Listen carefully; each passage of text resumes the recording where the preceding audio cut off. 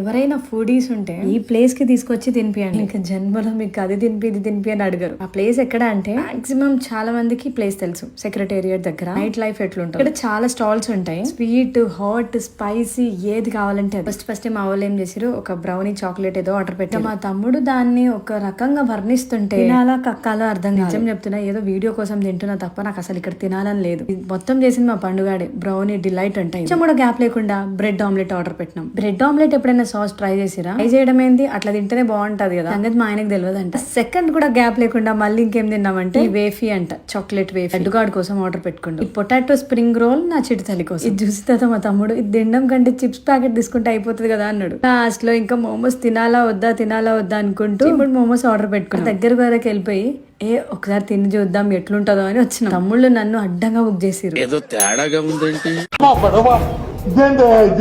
ఈ ప్లేస్ కి మీరు ఎప్పుడైనా వచ్చిరా?